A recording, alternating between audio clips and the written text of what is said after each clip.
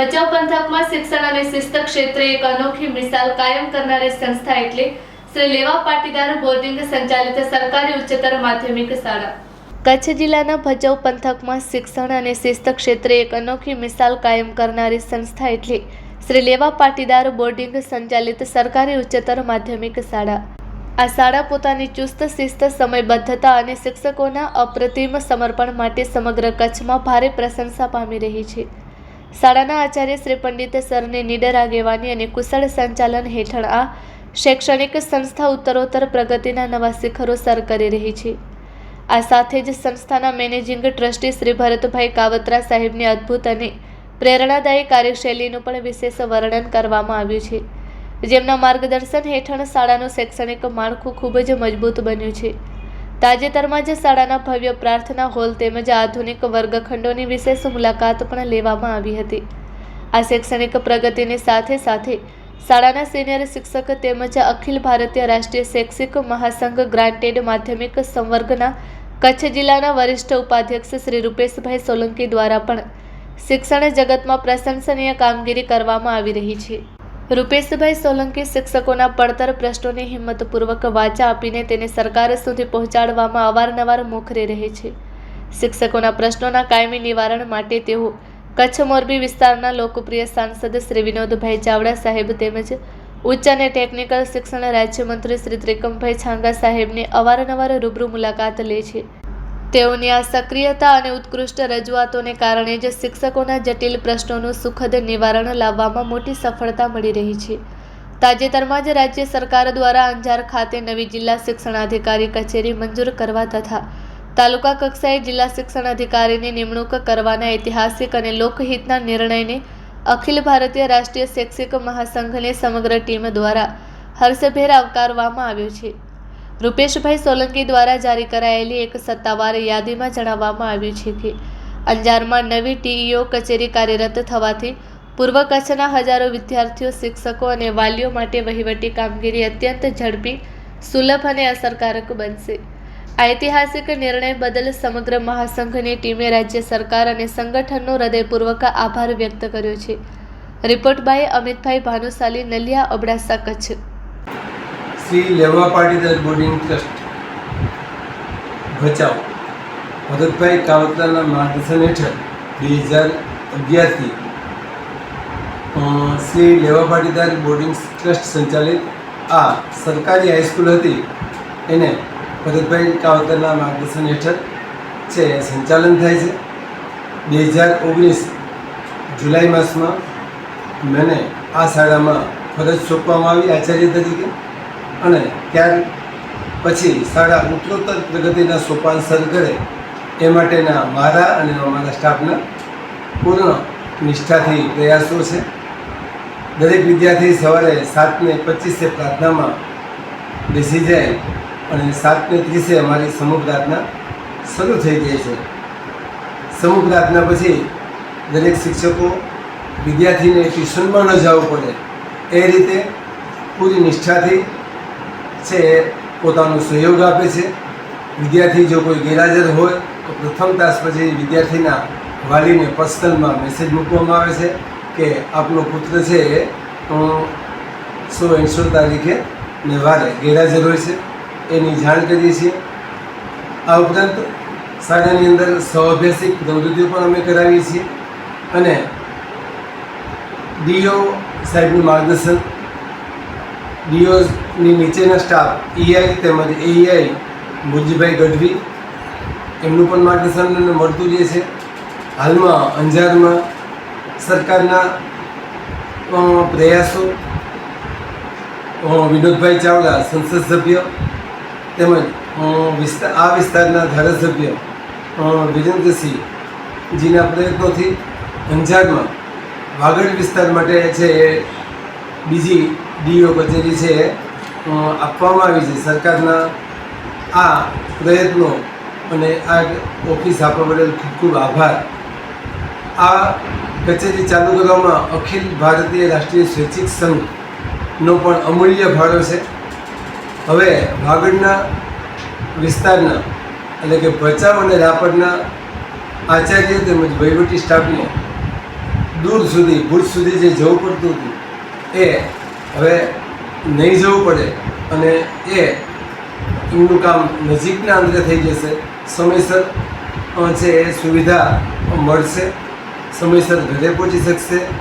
વિદ્યાર્થીઓ અહીંયા શાળામાં જ્યારે આવે ત્યાર પછી શાળા છૂટે ત્યારે પણ લાઇનસર જાય છે અને દરેક વિદ્યાર્થીને શિક્ષક દ્વારા સંપૂર્ણ રીતે છે વ્યક્તિગત માર્ગદર્શનની જરૂરિયાત હોય તો વ્યક્તિગત માર્ગદર્શન પણ આપવામાં આવે છે. તો શાળામાં નિયત સમયે એકમ કસોટીઓ પણ લેવામાં આવે છે. વિદ્યાર્થીના વાલીને એકમ કસોટીઓ, સત્રાંત પરીક્ષાના જવાબ પેપરો આ બધું છે એ બતાવવામાં આવે છે. જે વિદ્યાર્થી કે વાલીને રૂબરૂ જોવા આવવું હોય તો એ રૂબરૂ પણ છે એ માર્ગદર્શન માટે આવી શકે છે. અમે દરેક વસ્તુ પારદર્શક રીતે કામ કરીએ છીએ અને એમાં વાલીઓનો પણ ખૂબ સહયોગ રહ્યો છે. અસ્તુ. જય હિન્દ, જય ભારત, જય જય ગરવી ગુજરાત. જય હિન્દ, ભારત માતા કી જય. પ્રથમ તો હું મારો પરિચય આપું. રૂપેશભાઈ સોલંકી, 17/11/2008થી ભચાઉમાં શ્રી લેવા પાટીદાર બોર્ડિંગ સંચાલિત સરસ્વતી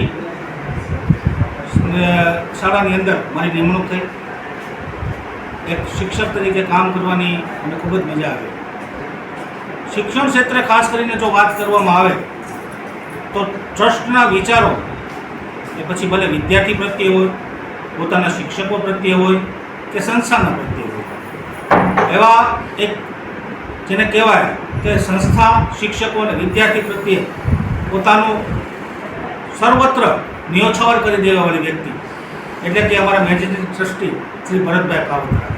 આ તકે અમારા મેનેજિંગ ટ્રસ્ટી શ્રી ભરતભાઈ કાવતરાનો હું હૃદયપૂર્વકનો ખૂબ ખૂબ આભારી છું. તન, મન અને ધન ત્રણેય પ્રકારે અડધી રાત્રે પણ સંસ્થાને કોઈ પણ જરૂર પડે ત્યારે એ પોતાનું તન, મન, ધન અમને સોંપે છે. નાનામાં નાનો પ્રશ્ન હોય, ભલે વિદ્યાર્થીનો હોય, શિક્ષકનો હોય, સમાજનો હોય, એ બિનધડક એ પ્રશ્નને નિવારણ કરે છે. લગભગ 18 વર્ષથી મારી આ નોકરીના મારા અનુભવ એવા રહ્યા છે કે બને ત્યાં સુધી વિદ્યાર્થી હિતમાં અમે અમારા પ્રયત્નો કર્યા છે. સમય જતાં મને ABRSM એટલે કે રાષ્ટ્રીય શિક્ષક મહાસંઘમાં માધ્યમિક વિભાગમાં, ગ્રાન્ટેડ માધ્યમિક વિભાગમાં મને વરિષ્ઠ ઉપાધ્યક્ષ તરીકેની જે જવાબદારી મળેલ છે. શિક્ષકોના પડતર પ્રશ્નોને વાચા આપવી એ મારો ધર્મ છે. શિક્ષકોનું જેમ હિત થાય એવા હું શિક્ષણ જગતના જે પ્રશ્નો હોય એને અવારનવાર સરકારશ્રી પાસે રજૂઆત કરું છું. અવારનવાર રાજ્યમંત્રી શ્રી ત્રિકમભાઈ છાંગા સાહેબ તેમજ કચ્છ મોરબીના માનનીય સાંસદ શ્રી વિનોદભાઈ ચાવડા સાહેબને હું મળતો રહું છું. બંને શિક્ષણના જીવ છે. ખાસ કરીને આપણે રાજ્યમંત્રી ત્રિકમભાઈ છાંગા તો એક શિક્ષક રહી ચૂક્યા છે અને શિક્ષણ પ્રત્યેનો એની નિષ્ઠા એ સારી રીતે સમજે છે. એટલે અમારા જે શિક્ષકોના પડતર પ્રશ્નો તેમજ આગામી કંઈ થોડા ફેરફારો, થોડી જવાબદારી વધતી જાય છે અને શિક્ષકો શિક્ષણ આપવાથી વંચિત રહી જાય છે તેવા અમુક અમારા નિર્ણયો છે. અમારી જે પડતર પ્રશ્નોની રજૂઆત છે એ મંત્રીશ્રીને તેમજ સાંસદશ્રીને અવારનવાર કરવી પડે છે. તાજેતરમાં જ બંને મંત્રીશ્રી અને સાંસદશ્રીની મુલાકાત લીધી હતી, પણ તેણે વિશ્વાસ અને ખાતરી આપી છે કે શિક્ષકને જેમ બને ત્યાં સુધી વિદ્યાર્થીના ભવિષ્ય કઈ રીતે ઉજ્જવળ થાય, એને કઈ રીતે જ્ઞાન પીરસાય, આ વાગડ જેવા વિસ્તારની અંદર શિક્ષક પોતાનો જે દીપ છે, શિક્ષણનો દીપક એ કઈ રીતે પ્રજ્વલિત કરી શકે અને એમાં કોઈ દિવસ દિવેલ ખૂટે નહીં એવા પ્રયત્ન સદાય શિક્ષક કરે. અને આગળ કોઈ પણ જાતની અને શિક્ષણ સિવાયની કોઈ પણ કામગીરી હોય તો અમે એ રોકવા માટે તમને ખાતરી આપી છીએ. એવો બંને તરફથી અમને સારો એવો સંકેત મળ્યો છે. અને આવનારા દિવસોમાં પણ જે શિક્ષકો જેમ કે ડિઝાસ્ટર મેનેજમેન્ટ એમાં પણ શિક્ષકોના ઓર્ડર થાય છે. વસ્તી ગણતરી, ચૂંટણી, કોરોના કાળમાં પણ સસ્તા અનાજની દુકાને, પછી મૃતદેહોની ગણતરી, પક્ષીઓની ગણતરી જેવા કેટલા બધા શિક્ષકો દ્વારા શિક્ષણ સિવાયના પણ કામ સરકારશ્રી દ્વારા સોંપવામાં આવે છે. તેની રજૂઆત પણ અવારનવાર અમારા ક્ષેત્રેથી સરકારને કરવામાં આવે છે. તો ખાસ કરી અને શિક્ષકોના કોઈ પણ પ્રશ્ન હોય એને અમે સરકાર સુધી પહોંચાડીએ છીએ. બીજા નંબરમાં 2019 પછી અમારી સંસ્થામાં આચાર્ય તરીકે શ્રી પ્રકાશકુમાર ચંપકલાલ પંડિતની ઉપસ્થિતિએ શાળાનું જે કહેવાય કે આખું માળખું છે એ બદલાવી દીધું છે.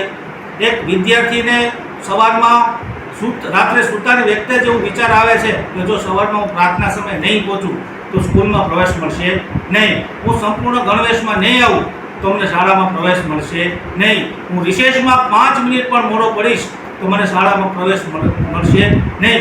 આવી એક સુંદર શિસ્ત અમારા પ્રિન્સિપાલ શ્રી ચંપકભાઈ પંડિત તરફથી રહે છે. સમગ્ર શાળાનું વાતાવરણ અત્યારે એકદમ વિદ્યામય અને સરસ્વતીના ધામ જેવું રહે છે. તો આ તકે હું સર્વે આચાર્ય, અમારા સ્ટાફ તેમજ ABRSM અમારા પ્રાંત કોર ટીમના જે અમારા મુનજીભાઈ ગઢવી છે, નયનભાઈ વાજા છે, જે અમારા અધ્યક્ષ છે અલ્પેશભાઈ જાની, એવાના સતત માર્ગદર્શનથી અમે શિક્ષકોના બનતા જે પડતર પ્રશ્નો છે એના નિવારણ માટે બનતા પ્રયત્ન કરીએ છીએ.